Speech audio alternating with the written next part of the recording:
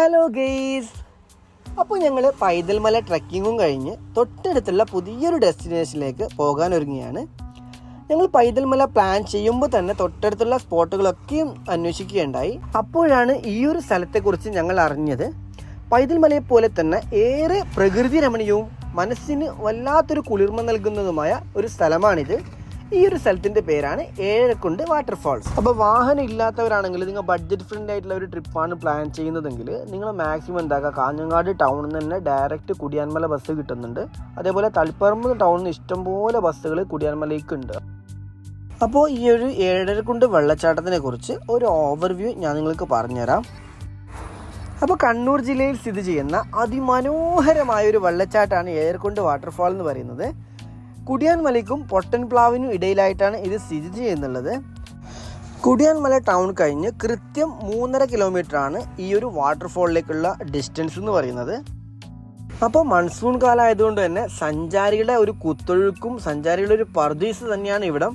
അപ്പോൾ അതുകൊണ്ട് മാക്സിമം വരാൻ ഉദ്ദേശിക്കുന്നവർ ഈ ഒരു സമയത്ത് തന്നെ വരിക. കാരണം ഇവിടെ സന്ദർശിക്കാൻ പറ്റിയ ഏറ്റവും ബെസ്റ്റ് ടൈമാണിത്.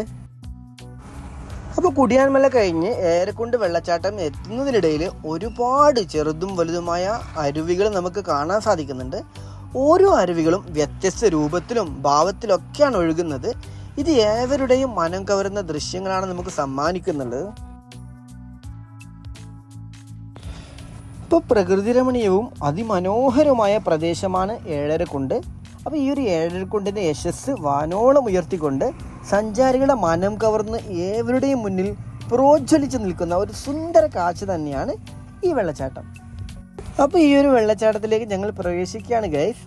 അപ്പോൾ 100 രൂപയാണ് ഇവിടുത്തെ എൻട്രി ഫീസ് എന്ന് പറയുന്നത്. ഈ ഒരു 100 രൂപയിൽ നമുക്ക് വാട്ടർഫോൾ മാക്സിമം എൻജോയ് ചെയ്യാൻ പറ്റും. അപ്പോൾ സ്റ്റാർട്ടിംഗ് പോയിന്റിൽ നിന്ന് ഏകദേശം 1.5 കിലോമീറ്റർ മുകളിലേക്ക് ട്രക്ക് ചെയ്തുകൊണ്ട് വേണം നമുക്ക് ഏറ്റവും ടോപ്പിലുള്ള ആ ഒരു വെള്ളച്ചാട്ടത്തിലേക്ക് എത്താൻ. അത് നല്ലൊരു വ്യൂ പോയിന്റ് തന്നെയാണ്. പക്ഷേ ഈ ഒരു ട്രക്കിംഗ് ഏവരുടെയും മനം കവരും എന്നതിൽ യാതൊരു സംശയവുമില്ല. കാരണം അത്രയും ഭംഗിയോടെയും വ്യത്യസ്തമായ ഭാവത്തോടെയൊക്കെയാണ് ഈ വെള്ളച്ചാട്ടം ഒഴുകുന്നത്. മാത്രമല്ല സഞ്ചാരികളെ ആകർഷിക്കാനായി മുള കൊണ്ടും മരം കൊണ്ടുമൊക്കെയുള്ള പാലവും അഡ്വഞ്ചറായിട്ടുള്ള തൂക്കുപാലമൊക്കെ ഇവിടെ തയ്യാറാക്കിയിട്ടുണ്ട്. അപ്പോൾ മഴക്കാലമായതുകൊണ്ട് തന്നെ വെള്ളം നല്ല ശക്തിയായി കുത്തിയൊഴുകുന്നുണ്ട്. അതിൻ്റെ ശബ്ദം നിങ്ങൾക്ക് ഈ ഒരു ദൃശ്യങ്ങളിൽ തന്നെ കേൾക്കാൻ സാധിക്കും. കാരണം പർവ്വത നിരകളിൽ നിന്നൊക്കെയാണ് ഈ വെള്ളം കുത്തിയൊഴുകുന്നത്. അതുകൊണ്ട് തന്നെ വെള്ളത്തിന് വല്ലാത്തൊരു ഫോഴ്സാണ്.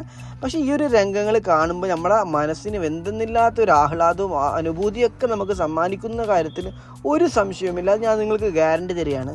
അപ്പോൾ ടിക്കറ്റ് കൗണ്ടറിൽ നിന്ന് ഏകദേശം ഒരു 250 മീറ്റർ നടന്നാൽ സ്പെസിഫിക്കായി ആൺകുട്ടികൾക്ക് മാത്രം കുളിക്കാൻ പറ്റിയ ഒരു സ്ഥലം ഇവർ തയ്യാറാക്കിയിട്ടുണ്ട്. പിന്നെ അവിടുന്ന് ഒരു 200 മീറ്റർ നടന്നാൽ കുട്ടികൾക്ക് ഏകദേശം 4-5 വയസ്സൊക്കെ ഉള്ള കുട്ടികൾക്ക് പോലും ഇറങ്ങി കുളിക്കാൻ പറ്റിയ ഒരു ആംബിയൻസ് അവിടെ തയ്യാറാക്കിയിട്ടുണ്ട്. ഇനി അവിടുന്ന് ഒരു 300 മീറ്റർ നടക്കുകയാണെങ്കിൽ എസ്പെഷ്യലി ഗേൾസിന് അതേപോലെ പെൺകുട്ടികൾക്കൊക്കെ ഫാമിലി സഹിതം മാക്സിമം എൻജോയ് ചെയ്യാൻ പറ്റിയ എല്ലാ സേഫ്റ്റി ജാക്കറ്റും കാര്യങ്ങളൊക്കെ ഇവർ പ്രൊവൈഡ് ചെയ്യുന്നുണ്ട്. ഏഴരക്കുണ്ട് വെള്ളച്ചാട്ടത്തിലാണ് ഉള്ളത്. അപ്പോൾ പൈതൽമലയ്ക്ക് തൊട്ട് താഴെയുള്ള ഒരു അടിപൊളിയായിട്ടുള്ള ഒരു സ്പോട്ടാണ് ഈ ഒരു ഏഴരക്കുണ്ട് വെള്ളച്ചാട്ടം എന്ന് പറയുന്നത്. അപ്പോൾ ഇവിടുത്തെ ഏറ്റവും വലിയ ഹൈലൈറ്റ് എന്ന് പറയുന്നത് നമുക്ക് മാക്സിമം എൻജോയ് ചെയ്യാൻ പറ്റിയ അടിപൊളി എക്സ്പ്ലോറിംഗ് ആയിട്ടുള്ള ഒരു സൈറ്റ് ആണ്.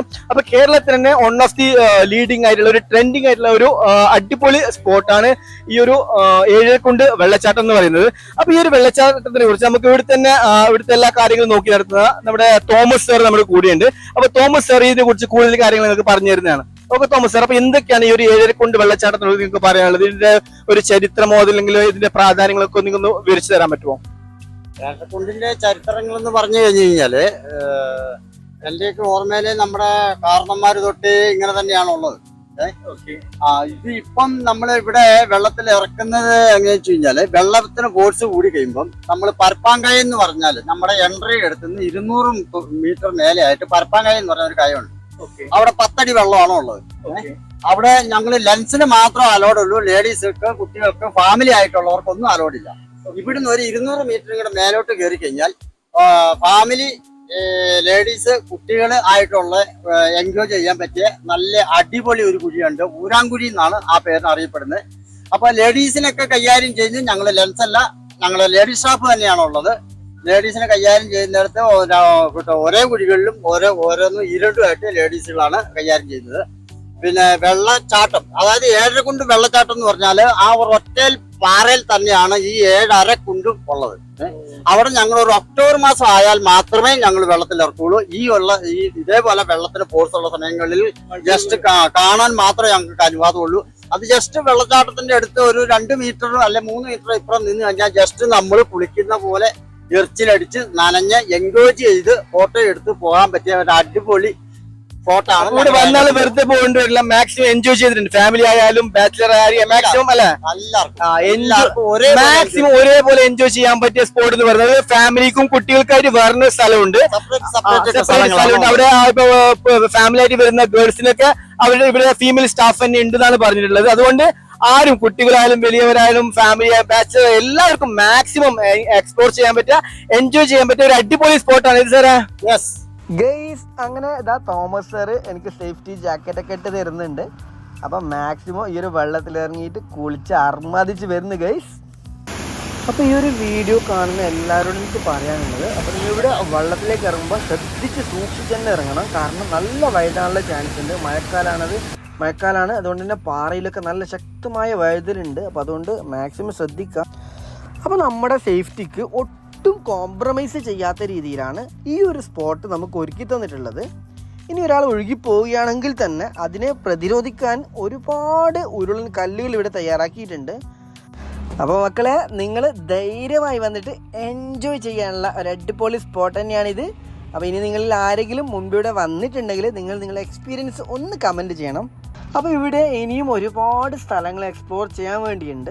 അപ്പോൾ കുറച്ചുകൂടി മുകളിലേക്ക് പോയാലാണ് ഏറ്റവും നല്ല മനോഹരമായ വ്യൂ പോയിന്റ് ഉള്ളതെന്ന് തോമസ് സർ നമ്മോട് പ്രത്യേകം പറഞ്ഞിട്ടുണ്ട്. അപ്പോൾ അതുകൊണ്ട് തന്നെ മനസ്സോടെ ഞങ്ങൾ ഇവിടെ നിന്ന് ഇറങ്ങുന്നു.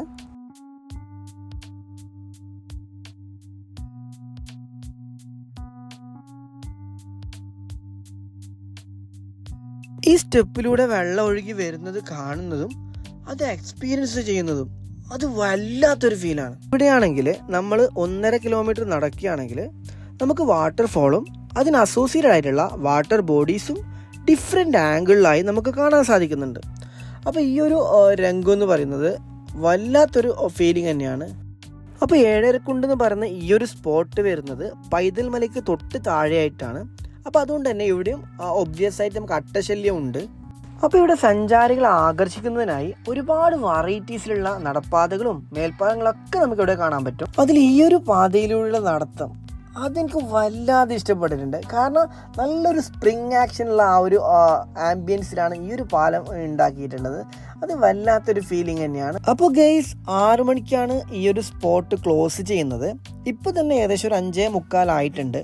അപ്പോൾ വ്യൂ പോയിന്റ് കാണാതെ മടങ്ങുകയില്ല എന്ന ആ ഒരു നിർബന്ധ വാശിയുള്ളത് കൊണ്ട് തന്നെ വളരെ സ്പീഡിലാണ് ഞങ്ങൾ അവിടേക്ക് പോയിക്കൊണ്ടിരിക്കുന്നത്.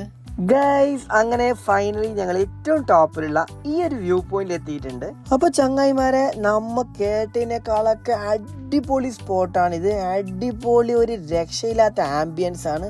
അതുകൊണ്ട് മസ്റ്റായിട്ട് നിങ്ങൾ ഈ ഒരു സ്പോട്ട് വിസിറ്റ് ചെയ്യുക തന്നെ ചെയ്യണമെന്നാണ് എനിക്ക് നിങ്ങളോട് റിക്വസ്റ്റ് ചെയ്യാനുള്ളത്. അപ്പോൾ ഇവിടുത്തെ ഏറ്റവും രസകരമായ സംഭവം എന്തെന്ന് ചോദിച്ചാൽ, ഈ മലമുകളിൽ നിന്ന് ശക്തമായി ഒഴുകി വരുന്ന ഈ വെള്ളം ഈ താഴെ ഭാഗത്തുള്ള പാറകൾ തട്ടി ചുറ്റുഭാഗത്തും ഒരു ചാറ്റൽ മഴ പോലെ തെറിച്ചു വീഴുന്ന ആ ഒരു ഫീലിംഗ് അതൊരിക്കലും നമുക്ക് പറഞ്ഞറിയിക്കാൻ പറ്റുന്നതിലപ്പുറമാണ് ഗൈസ്. അപ്പോൾ ജീവിതത്തിൽ മറക്കാനാവാത്ത ഒരുപാട് നല്ല നല്ല നിമിഷങ്ങളും ഒരുപാട് മെമ്മറിയുമായിട്ടാണ് ഞങ്ങൾ ഇവിടെ നിന്ന് യാത്ര തിരിക്കുന്നുള്ളത്. അപ്പോൾ എൻ്റെ വീഡിയോ കാണുന്ന നിങ്ങളെല്ലാവരോടും എനിക്ക് പറയാനുള്ളത്, നിങ്ങൾ മാക്സിമം എല്ലാവരും ഈ ഒരു സ്പോട്ടിലേക്ക് വരിക, മാക്സിമം എൻജോയ് ചെയ്യുക. കാരണം ഞങ്ങൾ മാക്സിമം എൻജോയ് ചെയ്തിട്ടുണ്ട്. ആ ഒരു എൻജോയ് നിങ്ങൾക്കും കിട്ടും. ഇവിടെ വന്നാൽ ഒരിക്കലും വെറുതെ ആവില്ലെന്ന് ഞാൻ നിങ്ങളോട് ഉറപ്പ് തരികയാണ് ഗൈസ്. അപ്പോൾ നിങ്ങൾ ഞങ്ങളുടെ ചാനൽ സബ്സ്ക്രൈബ് ചെയ്യാത്തവരാണെങ്കിൽ ഉടൻ സബ്സ്ക്രൈബ് ചെയ്യുക. തൊട്ടടുത്തുള്ള ആ ബെല്ലൈക്കൺ ഒന്ന് ഇനേബിൾ ചെയ്യുക. അപ്പോൾ അണ്ടിൽ നെക്സ്റ്റ് വീഡിയോ, ടാറ്റാ.